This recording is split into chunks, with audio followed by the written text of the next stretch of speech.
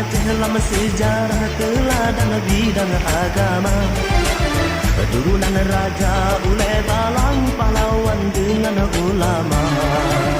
Bangsa Aceh lama sejarah martabat cukup mulia. Adat risam kanun hukum disanjung bangsa berdunia.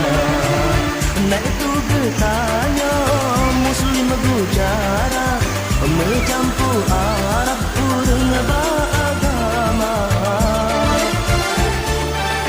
Bangsa Aceh inang agam turunan bela agama. Patang menyerah kita mengkorban nyawan hai kadungan harta.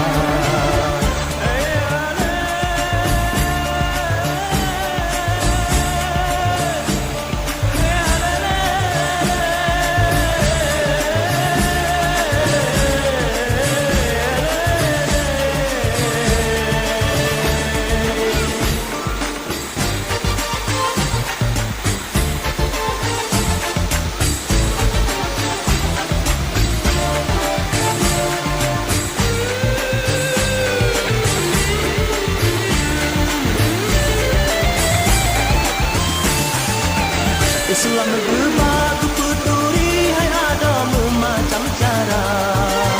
Cara dakwah lewat seni sikulangan meniaga.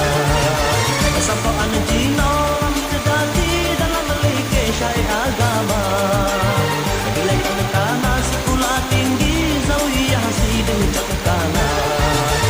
Mahkota Pasai kerajaan megah lambang sejarah Aceh mulia. Rubah bertanya pakan jino maruang hana tabela.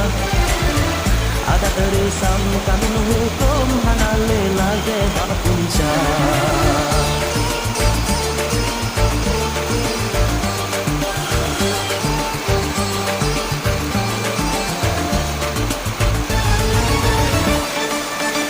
Pakan hana lahi kunantau Syahruddin Araniri. Pakan hana urang inang sugigeh malah hayati. Wahai adalon